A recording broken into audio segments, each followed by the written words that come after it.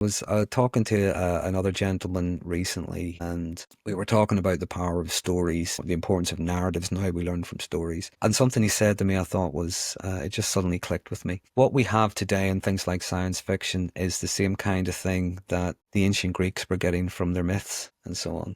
Ooh, wow. We're getting, yeah, we're getting, because we're learning about human beings, human nature, and so on, but we're learning about it sort of detached from it, where there is things like, magic, Martians, and things like that, all that stuff that's going on. So I kind of grew up with sci-fi. I was about 7 the first time I saw Star Wars, and it always stuck me. Before that, stuck with me. Before that, you can see over my shoulder a little Starship Enterprise. Yes.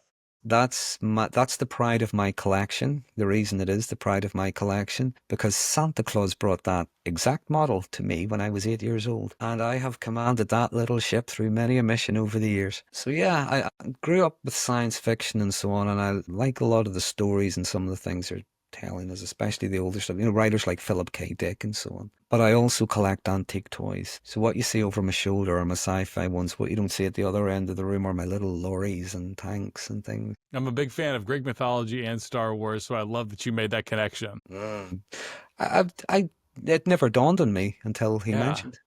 Yeah, I see them as, I mean, it makes sense when you say it out loud, but I see them as like very like opposite things in a sense, but they really are very much similar in that they're drawing on these kind of archetypes that we've internalized and explaining normal parts of the human experiment experience in like grandiose ways that you can understand when you think about it bigger. Yeah. And you mentioned the archetypes. Yeah. We recognize and we learn, we identify archetypes. And you think of a story where there's a young guy and he grows up on the outskirts. He knows he's special, but he doesn't know how. There's just something different about him.